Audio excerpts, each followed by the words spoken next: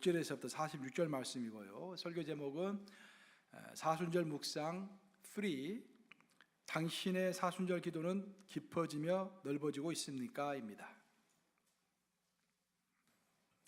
이에 예수께서 제자들과 함께 겟세마네라 하는 곳에 이르러 제자들에게 이르시되 내가 저기 가서 기도할 동안에 너희는 여기 앉아 있으라 하시고 베드로와 세베대의 두 아들을 데리고 가실새 고민하고 슬퍼하사 이에 말씀하시되 내 마음이 매우 고민하여 죽게 되었으니 너희는 여기 머물러 나와 함께 깨어 있으라 하시고 조금 나아가서 얼굴을 땅에 대시고 엎드려 기도하여 이르시되 내 아버지여 만일 할만하시거든 이 잔을 내게서 지나가게 하옵소서.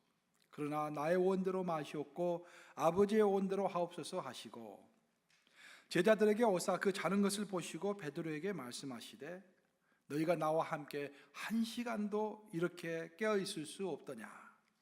시험에 들지 않게 깨어 기도하라.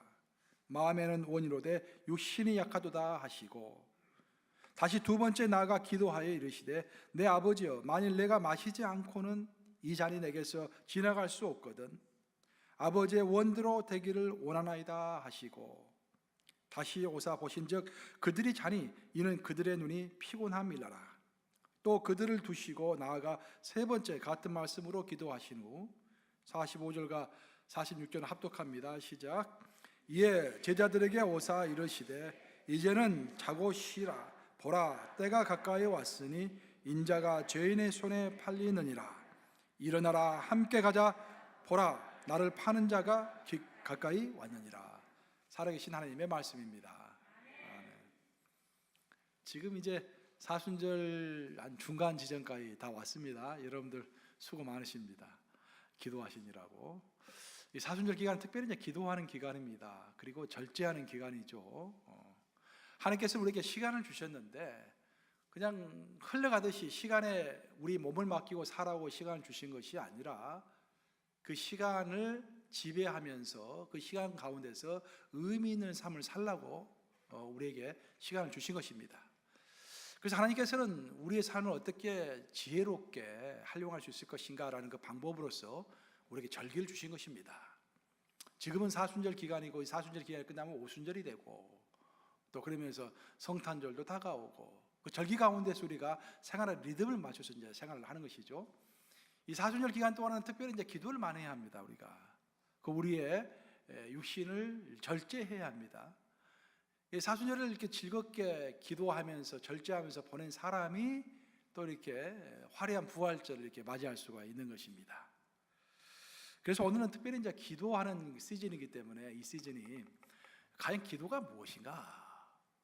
그 성경에서 말하는 성경적인 기도를 우리가 어떻게 하는 것인가? 아주 기본적이지만 굉장히 중요한 토픽입니다. 기도는 무엇이고 기도는 어떻게 하는 것인가? 그런 주제를 가지고 오늘 하나님의 말씀을 함께 나누고자 합니다. 지난주에는 이제 화요일, 수요일 날 우리 고 엄지한 권사님 장례식이 있었습니다. 장례식을 다 마치고 수요일 날 이제 고인의 유족들과 함께 식사를 같이 했는데 유족 중에 한 분이 저에게 그런 말씀하셨어요. 이제 그 원권사님이 그 의사였는데 이제 새 한 마리가 이제 집 앞에서 떨어져 죽어 있는 것입니다. 그래서 그 새를 버리지 않고 방 안으로 가져와서 주사를 맞추고 돌보아서 그 새를 살렸습니다. 그 살린 새를 갖다가 이제 새장 속에다가 집어넣고 다른 새와 함께 세 마리를 큰 새장 속에서 키운 것입니다. 근데 원권사님이 별세하시기 한 2, 3일 전에 세 마리 중에서 2마리가 죽었대요. 상당히 범상치 않은 일입니다. 그 말을 듣고 제가 묘한 여운을 좀 느꼈습니다. 새들이 죽은 이유를 우리가 정확히는 알 수 없지만 아마도 그 새들과 원권사님 사이에 어떤 깊은 관계가 있었을 것입니다. 짐승인 새들이 인간인 원권사님을 자세히 알 수는 없었겠지만 그래도 그 새들이 원권사님이라는 그 존재와 그 원권사님의 사랑은 분명히 느끼고 있었을 것입니다. 그래서 그 존재와 사랑이 느껴지지 않았을 때 그 허무함이라든지 어떤 삶의 의욕을 많이 상실하면서 죽지 않았을까 그런 생각을 해보게 된 것입니다. 우리 원고사님은 미국에 계실 때 젊었을 때는 비즈니스도 하셨다고 그래요. 근데 사업을 하시면서 이제 그 가게 안에다가 큰 새장을 갖다 놓고 새를 또 키우셨대요. 그 가게 안에서. 근데 재밌는 것은 뭐냐면은 아침이 되면은 새장 문을 활짝 열고 창문을 활짝 열어가지고 새들이 마음껏 바깥에서 뛰놀게 한 거예요. 이렇게 날아다니게 한 거예요.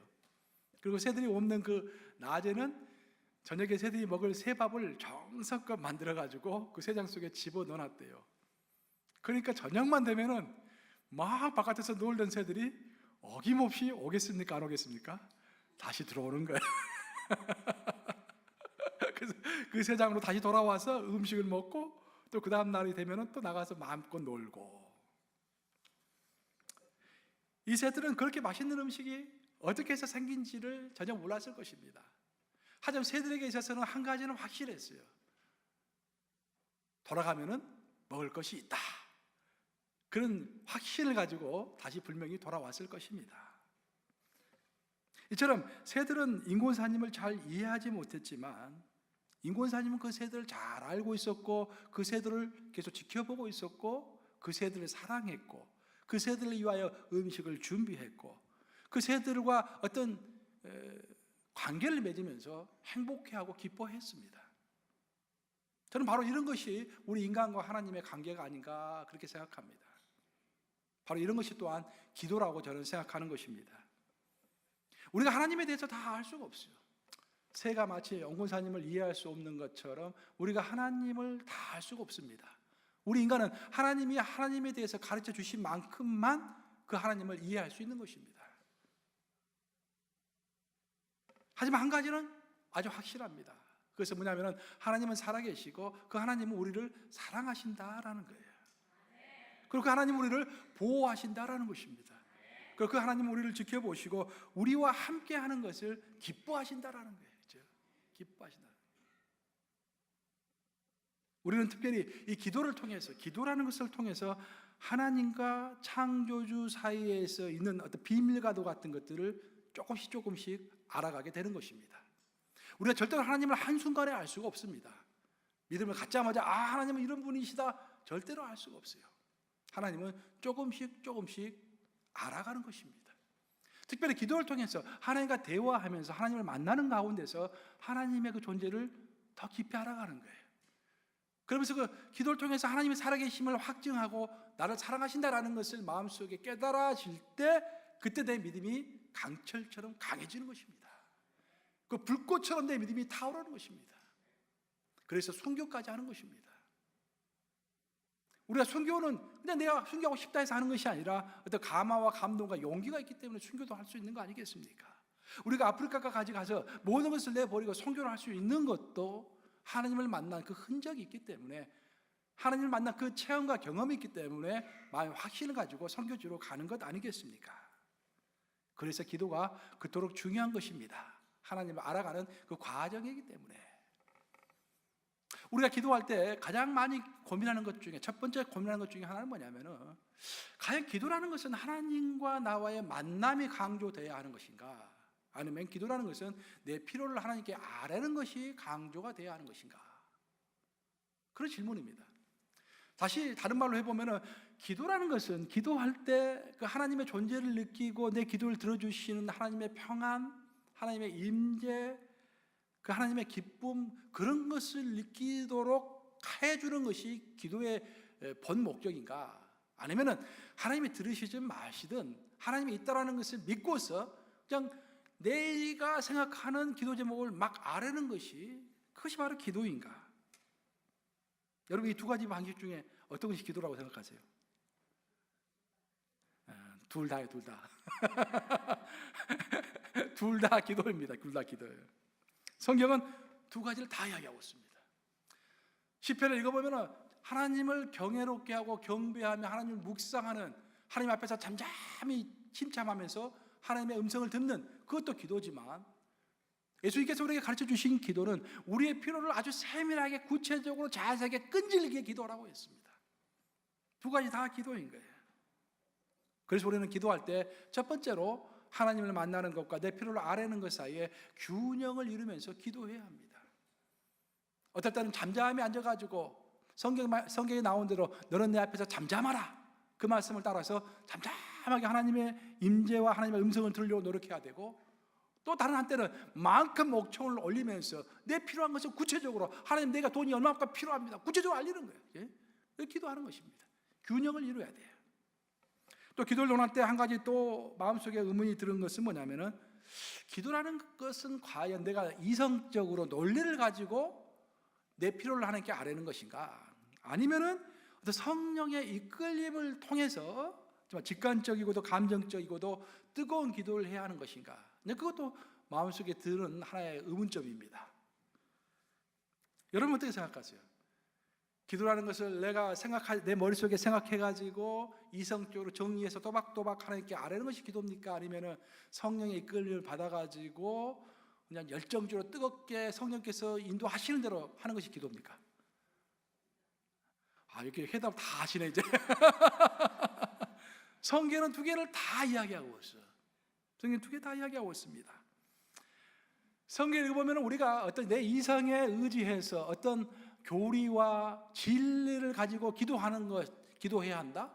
아니면은 성령의 이끌림을 통해서 성령이 이끄시는 대로 그냥 내 뜨거운 마음으로 하늘의 권능으로 기도해야 한다. 이 두 가지를 다 이야기하고 있는 것입니다. 특별히 사도 바울은 아주 놀라운 이야기를 했습니다. 이 질문에 대해서 고린도전서 14장 15절이죠. 한번 같이 읽어보겠습니다. 뭐라고 했는지. 시작. 그러면 어떻게 할까? 내가 영으로 기도하고 내 마음으로 기도하며 내가 영으로 찬송하고 또 마음으로 찬송하리라. 그럼 어떻게 할까? 그럼 내가 어떻게 기도를 할까? 그런 말이에요. 그럼 내가 어떻게 기도할까? 내가 뭘로? 영으로, 성령의 인도하심에 따라서 기도하고, 또한 마음으로, 여기서 마음이라는 것은 이성으로, 마인드를 이야기하는, 이성을 따라서, 내 이성을 따라서, 내 논리를 따라서 기도하며 라고 했습니다. 우리는 기도할 때 한편으로는 영으로 기도하고 한편으로는 내 논리를 따라서 기도하는 거예요. 이성을 따라서 기도하는 것입니다. 근데 한 가지 확실한 것이 있어요. 뭐냐면은 기도를 자꾸 하다 보면, 기도를 자꾸 이제 많이 하다 보면은 이성적인 기도보다는 영의 이끌림을 받아서 기도하는 경우가 참 많아집니다. 그러니까 그것은 기도를 하는 것이 아니라 기도가 나오는 것이죠. 그 기도를 하는 것이 아니라 기도가 그냥 터지는 것입니다. 저도 이제 목회를 할 때는 초년병 시절에는 기도를 누가 시키고 그러면 걱정이 돼요. 그래도 명색이 목사인데 실수하면 안 되는데 막 그런 걱정도 되고 그래요. 근데 이렇게 목회를 이제 오래 하다 보니까 기도가 걱정이 안 됩니다. 설교도 별로 걱정이 안 돼요. 그냥 가면은 그냥 서면은 딱 하나님께서 인도하시겠지 믿음이 생겨요. 그 인도하심을 따라서 그냥 기도가 터집니다. 그래서 기도가 하는 기도도 있지만 터지는 기도도 있고 나가는 기도도 있습니다. 근데 두 가지 다 성경적이다 그런 말이에요. 그래서 저는 이제 누가 이제 대표기도 같은 것을 부탁을 하면은요, 먼저 그 내가 기도하는 그 세팅, 그 환경이 어떤 것인가를 생각합니다. 부활절 연합예배인지 개업예배인지 뭐 목사님들 모임인지 생각해요. 하나님께 기도하면서 그 모임에 맞는 기도를 한번 이성적으로 생각해보고 적어봅니다. 적는 것이 겸손한 것입니다. 다 적어본 다음에 또 하나님께 기도하고 나서 고칠 내용이 없습니까? 하고 나서 그걸 딱 갖고 가요. 그리고 그 펴고 기도합니다. 근데 그때마다 또 성령께서 인도하세요. 그럼 어떤 부분은 기도하고 어떤 부분은 빼고 또 어떤 부분은 없던 것을 집어넣기도 하고 성령의 인도함을 받는 것입니다.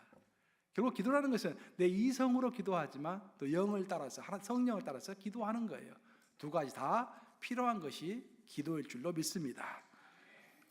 우리 기독교 역사를 살펴보면, 기도의 역사를 살펴보면은 특별히 19세기 후반, 한 150년 전에 19세기 후반에 들어서 복음주의 진영, 복음주의라고 하면 우리가 복음주의자들이에요. 성경은 하나님의 말씀이다라고 믿고 우리의 살아있는 목적은 복음을 전파하는 것이다라고 믿는 자들이 복음주의자들입니다. 그렇죠? 한국 사람들은 대부분 거의 95%가 복음주의자들이죠. 그러니까 이제 한국 기독교인들은. 근데 이제 그 복음주의 진영에서 소위 경건의 시간이라는 것이 이제 유행하게 됐어요.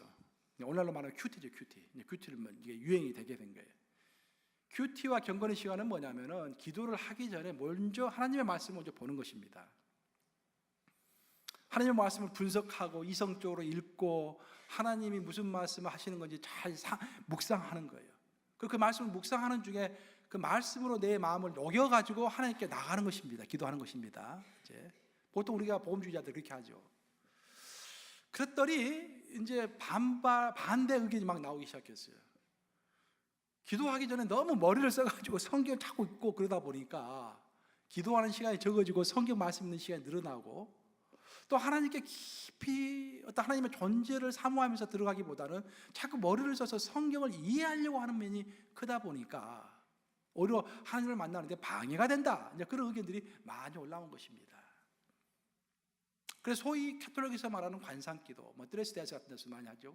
관상기도라든지, 또 동방 종교에서 말하는 예수기도, 주 예수님 하나님의 아들이시여 나를 불쌍히 여겨 주시옵소서 라는 아주 단순한 그런 기도들이 유행하게 된 것입니다.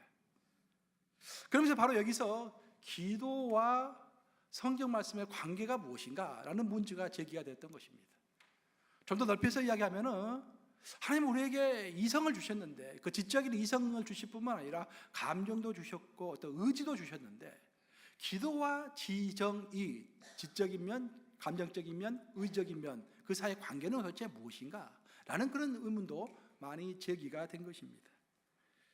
결론부터 말씀드리면 하나님은 우리에게 지정의를 다 주셨기 때문에 기도도 이 지정의를 다 사용해서 기도하는 것이 가장 좋은 기도입니다. 여기서 확실한 것은 뭐냐면, 또 우리가 잊지 말아야 할 것은 뭐냐면, 우리가 지정의를 다 사용하되 특별히 모든 출발은 하나님의 말씀으로부터 출발해야 한다라는 것입니다. 우리가 하나님의 말씀으로 출발하지 않으면 우리의 감정과 우리의 의지는 하나님의 말씀과는 동떨어진 전혀 상관없는 엉뚱한 곳으로 갈 수가 있어요. 그래서 많이 기도하는데도 사탄의 놀이감이 되어서 기도할 수가 있다는 것입니다. 엉뚱한 기도를 할 수 있다는 거예요. 우리 감정에 이끌려가지고. 성경에 나오는 욥기를 보면은요, 기도가 어떻게 발전하는지를 우리가 잘 알 수가 있어요. 욥기를 읽어보면은 처음에 이제 욥은 하나님으로부터 많은 축복을 받던 사람입니다. 근데 욥은 항상 마음속에 불안이 있었어요. 하나님이 나에게 많은 축복을 주셨는데 이 축복을 다 가져가 버리면 어떠실까? 그래서 고민이 있어가지고 죄를 안 지으려고 막 노력을 하고 하나님께 제사를 많이 드렸습니다. 하나님께 기도를 많이 했다라는 거예요. 그 기도는 어떤 기도냐? 날 축복해 주시니까 내가 너무 좋고 이 축복을 놓치고 싶지 않아가지고 방어하는 그런 기도를 드린 거예요. 이게. 사탄은 그것을 알고 있었습니다. 그래서 하나님께 이야기해요. 지금 욥이 드리는 기도는 행복에 겨워서 그 행복을 뺏기지 않기 위한 그런 아주 얇은 쉘로한 기도입니다. 희를 주시옵소서. 그러면 그런 기도도 안 할 것입니다. 그래서 하나님이 시험해 보셨어요. 실제로 큰 희를 내렸습니다. 그때 욥이 얼마 견디지 못하고 아니나 다를까 기도 중에 하나님을 막 불평하기 시작했어요. 원망하고 불평하고 실현의 이유를 알지 못하니까 막 원망하고 불평했습니다. 그런 내용이 한참 나와요. 그러다가 욥은 하나님을 이제 만나게 되는 것입니다. 좀 하나님이 누구인가 그 하나님을 아는 지식에서 조금씩 발전하는 거예요. 그래서 하나님 아는 지식에서 조금씩 발전하면서 그의 기도도 바뀝니다. 드디어 그는 자백의 기도를 드리게 돼요. 자신의 죄에 대해서 자백하게 되고, 그리고 하나님을 찬양하게 됩니다. 하나님을 찬양하게 되고 드디어 온전한 마음으로 자기의 필요를 하나님께 아뢰는 간구 기도를 하게 되는 것입니다.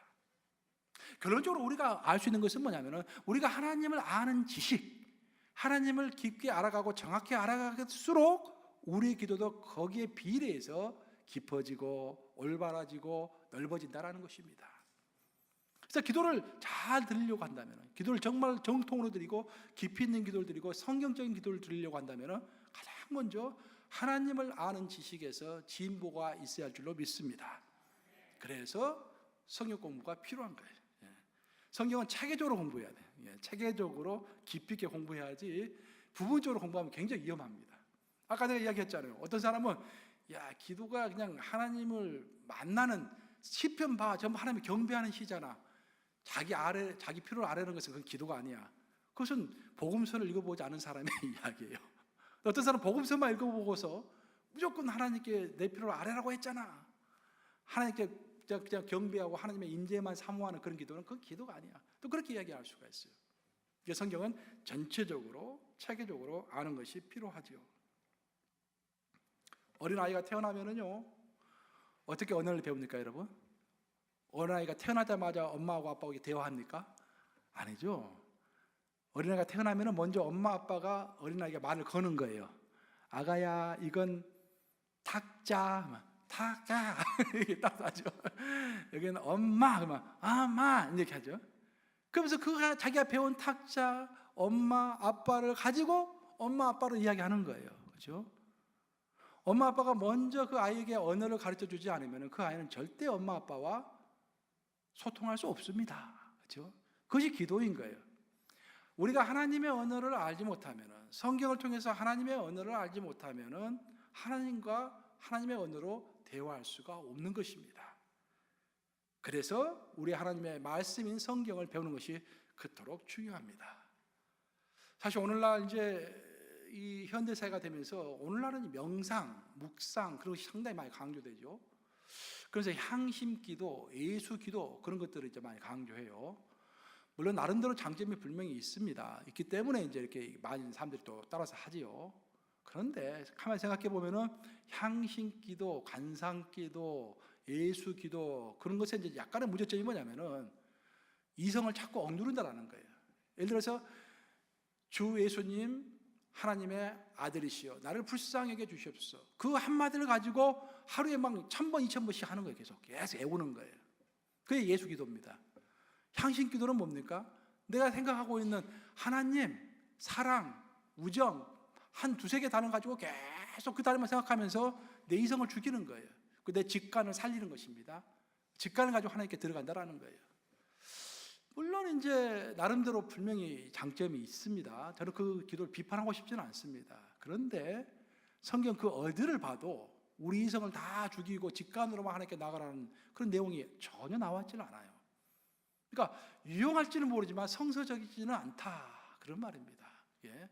그래서 우리 개신교에서 그런 기도를 잘 받아들이지를 않지요. 천주교에서 주로 많이 하고 동방종교나 신비주의자들이 많이 하죠. 물론 그 필요는 있을지 모르지만 약간의 고개를 까뚱하게 하는 그런 기도인 것입니다. 기도와 관련해서 또 한 가지 큰 이슈는 뭐냐면은 하나님은 우리가 기도하기 전에 우리의 모든 필요를 알고 계십니까? 모르고 계십니까? 알고 계세요. 너가 기도하기 전에 내 필요를 다 아신다고 말씀하셨어요. 근데 왜 우리는 기도해야 합니까, 여러분? 아니 다 아신다고 하셨는데 왜 우리가 너희가 기도하기 전에 내 필요가 뭔지를 다 알고 계시다라고 예수님께서 말씀하셨잖아요. 근데 왜 또 우리가 우리의 필요를 또 알아야 합니까? 아니 예수님이 알으라고 했기 때문에 알아는 거예요. 예수님은 두 가지를 다 이야기한 것입니다. 내가 너의 필요를 다 알고 있다라고 말씀하신과 동시에 너는 너의 필요를 나에게 아뢰라. 두 가지를 다 말씀하신 거예요. 그래서 기도라는 것은 한편으로 생각해 보면은 하나님께서 내 모든 필요를 다 알고 계신다라는 것을 믿고서 하나님 앞에서 잠잠하게 수동적으로 앉아 있는 것이 기도입니다. 하지만 정반대로 하나님께서 내 필요를 구체적으로 끈질기게 아뢰라고 했기 때문에 어떤 하나님 나에게는 만불이 필요합니다 라는 구체적인 기도 제목을 가지고 끈질기게 40일 동안 40년 40일 동안 끈질기게 기도하는 것 그것 또한 기도인 거예요. 그게 능동적인 기도죠. 그래서 기도는 능동적인 면과 수동적인 면이 균형을 이루어서 나가야 한다라는 것이 또한 우리가 잊지 말아야 할 기도의 중요한 본질 가운데 하나인 것입니다. 이렇게 기도는 굉장히 다양합니다, 여러분. 왜 다양한가? 그래서 여러분이 이제 가장 어떤 성경에 올린데 이것도 하나 뭐냐면 뭘 알아야 하냐면은 우리 하나님은 성삼위 하나님으로 존재하십니다. 하나님은 한 분이신데 색격으로 격이 다른 거예요. 그렇죠? 그 말은 무슨 말이냐면은 분명히 하나의 하나님이시기 때문에 통일성이 있습니다. 하지만 그 안에 세 개의 격이 있기 때문에 다양성이 있는 거예요. 그래서 성경은 항상 다양성 속에서 통일성을 이야기하고 있습니다. 그래서 그것을 배우기 위해서 통시적 맥잡기를 해야 하는 거예요, 여러분들. 안 나오시는 분들 명심하세요. 성경은 항상 다양성 속에서 통일성을 이야기하고 있기 때문에 우리 모든 신앙에 적용할 수 있어요. 기도도 마찬가지. 기도도 다양합니다. 각자가 가진 기질이 또 있어. 그 기질에 따라서 기도해야 돼요. 그런데 통일성은 있는 거예요. 그 안에 어떤 원리가 있는 것입니다. 지금까지는 제가 기도의 원리에 대해서 살펴보았고요. 오늘 여기까지만 할까 그렇게 생각했는데 다음 주에 또 기도 이탈을 할까 그렇게 했는데 또 너무 더 길어지는 것 같아서 그냥 오늘 한꺼번에 다 기도의 원리를 방금까지 설명했고, 이제부터는 기도를 그럼 어떻게 할 것인가, 기도의 실천에 대해서 한번 제가 잠깐 언급하고 오늘 설교를 마치도록 하겠습니다. 기도를 어떻게 할 것인가 했을 때 제일 먼저 우리가 심각하게 고려해야 할 것은 기도하는 자세입니다. 제가 퀴즈를 한번 내볼게요. 오늘 본문을 보시면, 오늘 본문은 예수님께서 겟세마네 동산에서 기도하신 내용이에요. 예수님께서 이제 십자가에 달리시기 바로 전날 밤에 정말 아주 깊은 고민 가운데서 겟세마네 동산이라는 곳에 가서 하나님께 기도를 드렸습니다. 자, 퀴즈. 그럼 예수님은 하늘을 우러러보시면서 기도했을까요? 아니면 얼굴을 땅에 묻고 기도하셨을까요? 어렵죠, 이건. 어떻게 하셨을까? 기도를?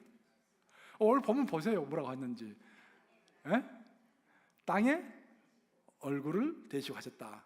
그것은 50%만 맞는 거예요. 근데 이럴 줄 알았지 하면서 지금 입을 뻐끗도 안 하고 계신 분들이 있어요. 예수님의 겟세마네 동산에서 기도는 예수님의 가장 중요한 기도 중에 하나이기 때문에 보통 예수님의 대기도라고 합니다. 큰 기도라는 이야기예요. 그만큼 중요한 기도입니다. 중요한 기도이기 때문에 이게 마태복음에만 나와 있겠습니까? 아니죠. 마가복음에도 나와 있고 누가복음에도 나와 있고 요한복음에도 다 나와 있어요, 이게 기도가. 근데 그 설명이 약간씩 달라요. 그래서 겟세마네 동산에서 예수님의 대기도를 정확하게 이해하려고 한다면은 마태, 마가, 누가, 요한복음을 다 합쳐가지고 이해를 해야 합니다. 그래서 다 합쳐가지고 순서를 딱 보시면은요, 우리 예수님이 어떻게 기도하셨냐면은 제자들 데리고 겟세마네 동산에 가셔가지고 제일 먼저 무릎을 딱 꿇습니다. 무릎을 꿇고 나서 하늘을 우러러보십니다. 그리고 한참 기도하세요. 그리고 아주 힘든 기도가 나왔을 때는 머리를 땅에 대시고 주여 이 잔이 나로 하여금 나를 지나가게 해 주시옵소서 라는 아주 고통스러운 기도를 하시는 거예요. 근데 가장 정확한 것은 뭐냐면 예수님이 기도를 처음 하실 때 첫 포지션이 뭐냐면 무릎을 꿇는 것입니다. 무릎을 꿇는 거. 우리 함께 누가복음 22장 41절 한번 읽어보겠습니다. 누가복음 22장 41절 같이 읽습니다. 시작. 그들을 떠나 돌 던진 만큼 가서 무릎을 꿇고 기도하여 라고 했습니다. 여기서 이제 이게 겟세마네 동산에서 기도를 이야기하시는 거예요. 예수님께서 제자들 남겨놓고 나서 기도하셨는데 먼저 무릎을 꿇었다라는 거예요. 마음의 태도입니다. 그러고 나서 예수님만 무릎을 꿇은 것이 아니라 12사도들도 또 예수님의 제자들도 다 무릎 꿇고 기도했던 것 같아요. 우리 에베소서 3장 14절과 15절 한번 같이 읽어보겠습니다. 시작. 이러므로 내가 하늘과 땅에 있는 각 족속에게 이름을 주신 아버지 앞에 무릎을 꿇고 비노니라고 했습니다. 이렇게 무릎을 꿇고 나서 그 다음 하늘을 우러러보신 거예요. 요한복음 보시면 요한복음 17장 1절을 보시면 하늘을 우러러보신 거예요. 그리고 기도를 시작합니다. 우리가 머리를 숙이고 기도하는 것은요, 대부분 내 죄성, 내가 어떻게 할 수 없는 나의 불쌍함, 그런 것들에 눌려서 이렇게 하나님께 기도하는 때 우리가 보통 얼굴을 숙이고 기도합니다. 하지만 하늘을 우러러보면서 하나님을 보면서 기도한다는 것은 내 환경이 어찌하든 간에 우리 하나님은 이 환경을 제압하실 수 있고 나를 구원해 주실 수 있는 절대적인 능력자의 하나님이시다. 그 하나님을 바라보면서 내가 기도하겠다라는 의미에서 하늘을 쳐다보는 거예요. 그러나서 또 성경을 읽어보면은 우리가 기도할 때 무릎 꿇고 손을 들고 하늘을 바라본과 동시에 보통 손을 많이 듭니다. 구약 시작 전체에서 살펴보면은요, 기도하는 포즈로서 손을 드는 경우가 굉장히 많습니다.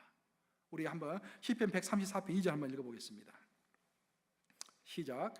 성소를 향하여 너희 손을 들고 여호와를 송축하라. 성소를 향해서 너희 손을 들고 여호와를 송축하라라는 거예요.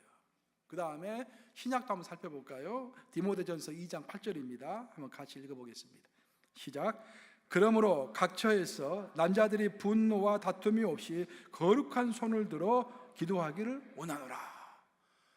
그러니까 손을 들고 하나님께 기도하는데 그 손을 드는 이유는 특별히 사도 바울이 이야기하기를 손을 드는과 동시에 내 마음속에 있는 분노, 기도를 하려고 했는데 오늘 부부싸움을 했어. 막 속이 막 들끓고 있어. 근데 손을 들면은 그 분노와 다툼이 다 없어진다는 거예요. 기도하려고 하는데 누가 막 미워, 마음속에 막 기도가 집중이 안 돼. 그때 손을 딱 들면은 분노와 다툼이 없어진다라는 거예요.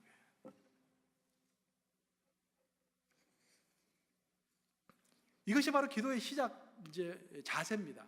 종합하면은 먼저 무릎을 꿇고 손을 들고 하늘을 보고 손을 들고서 기도를 하는 거예요. 자, 우리 한번 실습 한번 해보도록 하겠습니다. 여러분들이 무릎 꿇었다고 이제 가정하시고, 우리 교회는 이제 이렇게 의자가 있는데, 옛날에는 이 의자를 교회로 들어오는 것도 말썽이 많았습니다. 아니, 감히 하나님 앞에서 어떻게 의자에 앉을 수 있느냐? 하나님 앞에서는 가만히 깔고 무릎 꿇고 있어야지. 그렇지만 귀에 의자가 들어왔어요, 교회로. 그러니까 이제 의자에 내려올 필요 없고 의자에 앉으신 상태에서, 자, 먼저 기도할 때 하늘, 무릎 꿇었다 가정하시고 하늘을 쳐다보시고 손을 드세요. 손을 들고 하늘을 보십니다. 그리고 찬양하는 거예요. 찬양 기도 한번 들어보겠습니다. 찬양하라 내 영혼아, 찬양하라 내 영혼아, 내 속에 있는 것들아 다 찬양하라.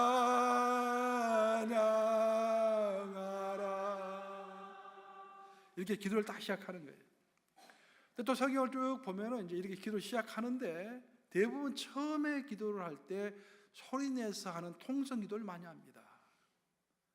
여러분, 소리가 얼마나 중요한지 몰라요. 구약에 나와 있는 기도는요 90% 이상이 회중기도, 다 같이 모여서 함께 부르짖는 기도입니다. 전부. 너는 내게 부르짖으라. 물론 예수님이 신약 시대에 와서 골방 기도를 말씀하셨지만 신약 구약을 통틀어 가지고 부르짖는 기도가 압도적으로 많습니다. 소리가 참 중요한 거예요. 이 소리는 하늘 권세와 하늘의 자원을 땅으로 끌어당기는 어떤 통로라고 볼 수 있겠습니다. 그래서 모였을 때, 회중이 모였을 때 기도할 때는 통성으로 기도했던 거예요. 사도행전 4장 24절 한번 같이 보겠습니다. 뭐라고 했는지. 시작. 그들이 듣고 한 마음으로 하나님께 소리 높여 이르되 대주자여 천지와 바다와 그 가운데 만물을 지은 이시오라고 했습니다. 기도할 때 손을 들고 하늘을 보면서 동시에 소리를 내가지고 소리를 높여서 대주자여 천지와 바다와 그 가운데 만물을 지으시오 하면서 기도를 확 시작하는 거예요. 출발이 아주 경쾌하고도 힘있게 나아가는 것입니다. 소리 지르면서 선포하는 거예요. 소리 지르면서 성령이 충만해지는 것입니다. 그러면서 내 안에 있는 모든 어둠의 권세와 두려움의 영이 다 떠나가는 것입니다. 자신 있게 기도를 해 나가는 것입니다. 여기에 한 가지만 더 붙인다면 뭐냐면은 기도할 때 될 수 있으면은 하나님의 말씀으로 기도를 여는 것이 좋습니다. 꼭 그래야 할 필요는 없지만 내 생각으로 기도를 드리는 것은 내 수준에서 기도를 시작하는 거예요. 하나님의 말씀에 의지해서 기도하는 것은 하나님의 수준에서 기도를 시작하는 것입니다. 예를 들어 보면은 손을 들고 하늘 향해서 보면서 너는 가서 모든 족속으로 제자를 삼아 아버지 아들과 성령 이름으로 세를 주고 내가 내게 분만 모든 것을 가르쳐 지키게 하라. 볼지어다 세상 끝날까지 내가 너희와 항상 함께 있으라 하신 주님, 아버지 내 눈을 여소서, 내 마음이 지경 넓혀 주시옵소서, 땅끝을 보게 하여 주시옵소서, 땅끝까지 함께 가게 하신 주님을 의지하면서 오늘도 살아가게 하여 주시옵소서. 아무것도 염려하지 말고 오직 기도와 간구로 너희 구할 것을 감사하라고 하신 주님, 아버지 염려하지 말게 하여 주시고 오늘 한날의 괴로움은 그날로 족하라고 말씀하신 주님께서 이 괴로움과 이 염려를 이길 수 있는 능력 허락하여 주시옵소서 하면서 이렇게 기도 쫙 하나님 말씀을 가지고 쫙 나가는 거예요. 이제 그때 기도가 탁 터지는 것이죠. 그냥 기도를 하는 것이 아니라 기도가 터지는 것이죠. 이렇게 주여 주여 주여 하면서 삼창하면서 통성을 하면서 손을 들고 하늘나라를 바라보면서 외칠 때 능력 있는 기도가 될 줄로 믿습니다. 또 한 가지 여러분들이 저에게 가끔씩 질문하시는 것이 뭐냐면, 목사님 그러면 기도는 얼마만큼 해야 하는 것입니까? 기도 양에 대해서 이렇게 물어봐요. 근데 성경 그 어디를 읽어봐도 기도를 몇 시간 해라 그런 말은 없습니다. 제가 아는 어떤 성도님은 그런 말을 하세요. 우리 교회 성도님인데 다른 교회 가서 기도를 하세요. 집이 좀 멀어가지고. 근데 그 교회는 목사님 설교를 딱 끝내고 나면은 5분 만에 성도들이 다 없어진대요. 왜? 전부 세탁소를 하기 때문에, 문을 열어야 하기 때문에 세탁소 문을 열어야 하기 때문에 전부 가서 아무도 안 남아있대요. 그래서 목사님과 우리 교회 성도만 둘이만 이렇게 기도를 한대요. 좀 멋쩍다고 그런 말 저기 한 적이 있습니다. 우리 교회도 보면은 이제 설교 끝나고 나서 CD가 정확하게 1시간 동안 나옵니다. CD가 끝날 때까지 남아있는 사람은 그렇게 많지는 않습니다. 딱 보면은 한 20분 정도 설교 끝나고 나서 한 20분 정도 지나면은 기도 소리가 별로 안 들려. 그때 20분 전후에서 많이 가시는 것 같아요 보니까. 그러면 성경에서는 기도를 얼마만큼 하라고 하는 것인가? 오늘 본문 말씀 보겠습니다. 본문 말씀 마태복음 26장 40절 한번 같이 읽어보겠습니다. 시작. 돌아오사 제자들이 자는 것을 보시고 베드로에게 말씀하시되 시몬아 자느냐 내가 1시간도 깨어있을 수 없더냐. 몇 시간? 1시간. 자, 스스로의 그 시몬아라는 부분 있잖아요. 거기다 자기 이름 한번 넣어보세요. 그 다음에 철수야 1시간도 깨어있을 수 없더냐. 한번 같이 봅니다. 시작. 원근아 1시간도 깨어있을 수 없더냐. 명심하세요. 몇 시간? 1시간도 깨어있을 수 없더냐. 또 기도에 대해서 좋은 말이 또 나와요. 누가복음 22장 46절 보세요. 누가복음 22장 46절 같이 읽습니다. 시작. 이르시되 어찌하여 자느냐 시험에 들지 않게 일어나 기도하라 하시니라. 지금 사순절 기간 동안인데 어찌하여 자느냐. 내가 한 말 아닙니다. 성경에 나온 말씀이에요 지금.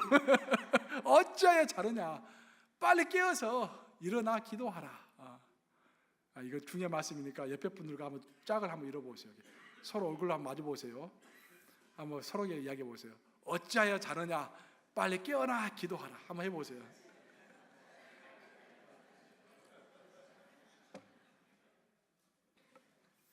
근데 제가 할 말이 아니에요. 성경에 나온 말입니다. 어찌하여 자느냐. 이 사순절 기간 동안에 어찌하여 자느냐. 토요일까지 잠을 자면 어떻게 하겠느냐. 사순절 기간 내내 한 번도 새벽기도 안 나오면 어찌 하겠느냐. 이게 내가 한 말이 아닙니다. 이 성경에 다 나온 말이에요. 마지막으로 이제 그 기도에 대해서 두 가지만 이제 조심할 점만 언급하고 마치도록 하겠습니다. 기도할 때 조심해야 할 것 중에 하나가 뭐냐면은 어떤 분은 보면 이제 공기도를 하실 때 설교를 하시는 분이 있어요. 기도를 하라고 했는데 설교를 하시는 거예요. 또 자기가 아쉬운 감정을 만인 앞에서 설교로 표출하시는 분들이 또 있어요. 주여 누가 이렇게 하는데 이렇게 해도 되는 것입니까? 기도를 하는 거예요. 이 하나님께 고자질하는 거야. 그거야말로 하나님이 모든 걸 다 알고 계시는데 그것을 망각하고 하나님께 그냥 아뢰는 겁니다. 그건 사람한테 하는 기도입니까? 아니면 하나님한테 하는 기도입니까, 여러분? 사람한테 하는 기도, 사람을 향해서 하는 기도죠. 이게 하나님의 이름을 빙자해서 사람에게 하는 기도입니다. 큰일 납니다, 여러분. 하나님 바로 앞에 앉아 계시다고 생각하면 그런 기도를 드릴 수가 있겠어요, 여러분들? 기도는 항상 하나님께 드리는 것입니다. 기도는 성부, 성자, 성령 누구에게 드리는 것인가? 물론 성부, 성자, 성령 누구에게 기도를 드려도 괜찮습니다. 왜냐하면 삼위일체 하나님이시기 때문에. 하여튼 성경을 읽어보면요 99.9%가 성부 하나님께 드리는 기도예요. 전부 다 여호와 하나님, 성부 하나님께 드리는 기도입니다. 근데 예수님께 드리는 기도가 몇 개 있어요. 사도 바울도 예수님께 기도를 드린 적이 있었고요, 스데반도 예수님께 기도를 드린 적이 있었고, 예수님께 드린 기도도 있습니다. 하지만 거의 99.9%는 성부 하나님을 향하여서 예수님의 이름으로 성령의 인도하심을 받아서 하는 것이 기도인 것입니다. 그렇죠?